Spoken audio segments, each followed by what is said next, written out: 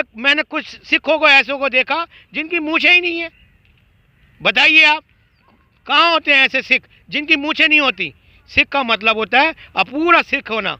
लेकिन वहाँ मैंने कुछ देखा कि कुछ लोग ऐसे हैं जिनके सर पर टोपियाँ लगी हुई हैं, जिनके मुंह पे मूछें नहीं हैं, जिनकी दाढ़ियाँ नहीं हैं, लेकिन ये वहाँ सरदारों के भेष बदलकर, सिखों के भेष बदलकर, किसानों के रूप में ये वहाँ बैठकर इन तीनों ब्रह्मा विष्णु महेश, राजनाथ सिंह, अमित शाह जी और मोदी जी, इन तीनों की बराबर नज़र है। लोग हैं जो बांग्लादेशी सपोर्टर हैं, जो पाकिस्तानी सपोर्टर हैं, जिन्होंने किसान कश्मीरी वो लोगों के हाथों में पत्थर दे दिए थे कि जाओ 500 रुपये लो और हमारे आर्मी के जवानों पर पत्थर मारो। ये वो लोग अब रूप बदल कर जो हैं सिंधु बॉर्डर पर बैठ गए। नमस्कार दोस्तों, मैं जयपाल DDN इंडिया में आपका स्वागत है और आज हम बात करेंगे कृषि बिल पर। हमारे साथ हैं हैदर अली जी, जिन्होंने प्रधानमंत्री नरेंद्र मोदी जी, अमित शाह जी और राजनाथ सिंह को ब्रह्मा विष्णु महेश करार दिया था। तो सर क्या कहेंगे आप, जिस तरह से कृषि बिल का विरोध हो रहा है, किसान अपनी मांगों को लेकर लगातार सड़कों पर हैं और सरकार से बातचीत होने के बाद भी किसान अपनी मांगों पर अड़े हुए हैं। नमस्कार जी, मैं हैदर अली। बात ये आती है कि अगर ये किसानों के विरोध में नहीं है तो फिर ये किसान आंदोलन क्यों कर रहे हैं, ये सिंधु बॉर्डर पर किसान बैठे क्यों हैं? पहली बात मैं क्लियर कर दूं कि वहाँ बैठने वाला आदमी वो किसान नहीं है। किसान और जवान हमारे देश की दो सबसे बड़ी ताकतें हैं। जवान हमारा देश की हिफाजत करता है और किसान हमें अन्नदाता के रूप में अन्न देता है। लेकिन बैठे कौन हैं वो लोग? वो लोग बैठे हैं वहाँ पर जिनको लगातार अकाली दल हो, चाहे वामपंथी दल हो, चाहे ये कांग्रेस दल हो, और ये चाहे दूसरी राज्य सरकारें हों, जो कांग्रेस से जुड़ी हुई सरकारें हैं, ये कांग्रेस से जुड़ी हुई सरकार, चाहे जिसमें ये अपने सुन लीजिए, ये अपने केजरीवाल जी हों, चाहे ये कैप्टन साहब हों, ये सब एकजुट बन गए हैं, एकजुट हो गए हैं। उधर अपनी दीदी जो है ममता बनर्जी, वो भी परेशान है कि इस शख्स का क्या करें, कि ये लगातार जो है अच्छे पे अच्छे काम करे जा रहा है। देखिए वहाँ जो किसान बैठा हुआ है, इतनी सर्दी, दिल्ली NCR में इतनी ठंड पड़ने के बावजूद भी सिंधु बॉर्डर पर ये किसान नुमा ये लोग वहाँ बैठे हैं। क्योंकि क्या ये इंसान नहीं है? ये भी इंसान है, लेकिन ये वो इंसान है, ये उस तरह के इंसान है जिन्हें चर्स, अफीम, गांजा और दूसरे नशीले पदार्थ मिल रहे हैं लगातार, और ये उसका सेवन कर रहे हैं, जिससे इनको वहाँ ठंड नहीं लग रही। वहाँ के आसपास के पेड़ पौधे, जो बड़े बड़े पौधे जो पेड़ लगे हुए थे, इन किसानों के नाम वालों ने उन सबको काट के उनसे हाथ ताप रहे हैं, उससे देश का तापमान गिरा रहे हैं। ये लोग किसान नहीं है। किसान जो थे, जब उन्हें किसानों को, जो सच्चे किसान आए थे, मैं मानता हूँ वहाँ किसान आए थे, गरीब किसान आए थे, जिनको साल भर में 1 या 2 बार मेहनत का पैसा मिलता था, वो किसान आए थे। लेकिन जब उन्होंने देखा यार यहाँ तो खालिस्तान के नारे लग रहे हैं, यहाँ तो भिंडरावाले के नारे लग रहे हैं, यहाँ तो शर्जील इमाम के नारे लग रहे हैं, यहाँ तो उमर खालिद के नारे लग रहे हैं, यहाँ तो देशद्रोही लोग बैठे हैं, ये तो देश हित में काम ही नहीं कर रहे, ये किसानों के साथ ही नहीं है। यही मैं कह रहा हूँ कि जब देखा ना असली किसान ने कि यार हम जिस मकसद से आए थे, भारत सरकार ने 106 पेज का जो गाइडलाइन जारी करी, जब किसानों ने पढ़ लिया तो उन्हें लगा कि यार हम गलत आ गए हैं। ये जो देश का राजन जो बैठा है, जिसका नाम नरेंद्र दामोदर मोदी है, ये तो बहुत अच्छा कर रहा है, इसने तो इतना बढ़िया काम कर दिया है। और ये देखिए, इससे पहले जो विपक्ष में बैठी सरकार है, वो इस चीज़ को ला रही थी, तब तो इन्हें लगा नहीं कि किसानों के हित में नहीं है, किसानों के साथ अन्याय होगा। जब ये लोग बिल लेके आ रहे थे, सरकार जब कांग्रेस सरकार थी, जो पिछले 55 साल से इस देश के ऊपर राज कर रही थी, तब ये बिल लेके आ रही थी, तब तो ये बीजेपी ने या दूसरी पार्टियों ने इसका विरोध नहीं किया था।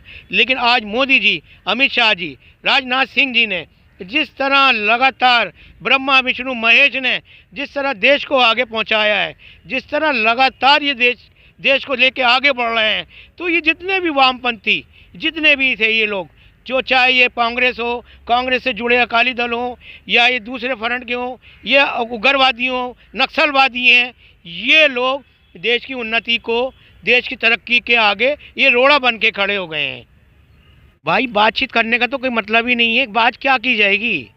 बात करी जाती है जहाँ कोई गलत बात हुई हो। भाई कोई गलत बात ही नहीं। सरकार ने जो MSP को कह दिया। ये लोग बैठे क्यों हैं? ये लोग बैठे हैं सिर्फ सत्ता को गिराने के लिए। कांग्रेस और बाकी वामपंथी पार्टियां जो मोर्चा थामी हुई है, चाहे वो उसमें अखिलेश यादव हो, माया जी, ममता बनर्जी हो, चाहे मायावती जी हो, चाहे दूसरी पार्टियां हो, ये सारे के सारे। अब देखिए सिर्फ पंजाब हरियाणा का किसान वापस अपने घरों को जा चुका है, क्योंकि हरियाणा के किसानों को पता चल गया था कि हम लोगों का जो है यहाँ पर ये हमें घेर लिया गया है, इसको हाईजैक कर लिया गया है। इस जो किसान आंदोलन था, ये किसान आंदोलन नहीं था। इस किसान आंदोलन को हाईजैक कर लिया है। किसने कर लिया है? क्या शाहीन बाग में बैठे लोग जो थे वो 500-500 रुपये लेके बैठी थी, और यहाँ क्या ये 2-2 हज़ार रुपये लेके बैठे? ये लोग भी वही हैं। वो शाहीन बाग 1 था तो ये शाहीन बाग पार्ट 2 है। ये लोग वही हैं। आज एक मैंने कुछ सिखों को ऐसों को देखा जिनकी मूछें ही नहीं है। बताइए आप कहाँ होते हैं ऐसे सिख जिनकी मूछें नहीं होती? सिख का मतलब होता है अपूरा सिख होना। लेकिन वहाँ मैंने कुछ देखा कि कुछ लोग ऐसे हैं जिनके सर पर टोपियाँ लगी हुई हैं, जिनके मुंह पे मूछें नहीं हैं, जिनकी दाढ़ियाँ नहीं हैं, लेकिन ये वहाँ सरदारों के भेष बदलकर, सिखों के भेष बदलकर, किसानों के रूप में ये वहाँ बैठकर सिर्फ देश को खोखला, देश को कमज़ोर कर रहे हैं। कौन है ये लोग जो आप कह रहे हैं इनकी मूछें नहीं है और जो सरदार के भेष में? ये सब ये देश के ही हैं। ये वामपंथी लोग हैं, बांग्लादेशी हैं, ये खरीदे हुए लोग हैं, ये बांग्लादेशी लोग हैं, ये पाकिस्तानी लोग हैं जो यहाँ इस देश में रहते हैं, इस देश का खाते हैं, इस देश में रहते हैं, सोते हैं, जागते हैं, लेकिन इस देश को कमज़ोर करने की उनकी 24 घंटे उनका माइंड चलता रहता है कि ये आखिर देश इतना तरक्की क्यों कर रहा है।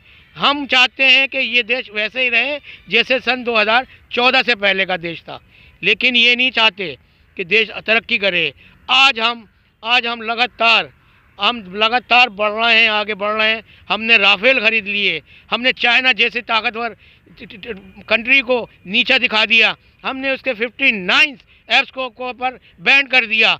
कमर हमने तोड़ दी चाइना की, कमर तोड़ दी हमने पाकिस्तान की।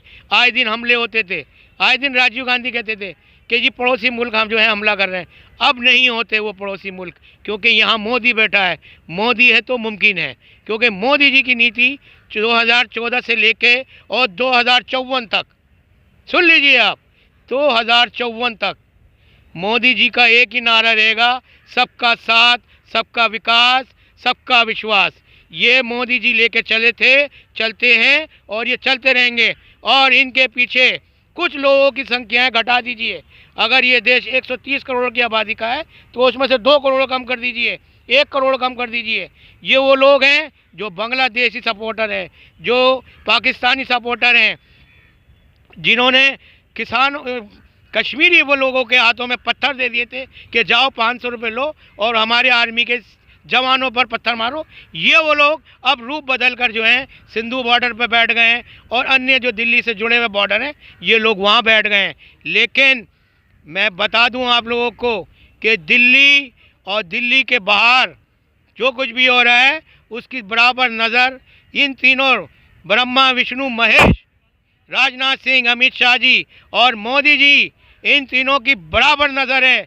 तुम लोग कुछ नहीं कर सकते, तुम लोग सिर्फ वादों पे वादे। तुम्हारे पास कोई बात करने वाला नेता नहीं है। बताइए अभी तक किसने बात करी है? कोई नेता नहीं है तुम्हारे पास। तुम्हें वहाँ भर के पेट भर के रोटियाँ मिल रही हैं, अनाज मिल रहा है, दारू मिल रही है, तुम्हें हर चीज़ की मुहैया कराई जा रही है तुम्हें। तुम लोग किसान के नाम पर वहाँ जो बैठे हो एक धब्बा हो, इस देश के ऊपर बहुत बड़ा धब्बा हो।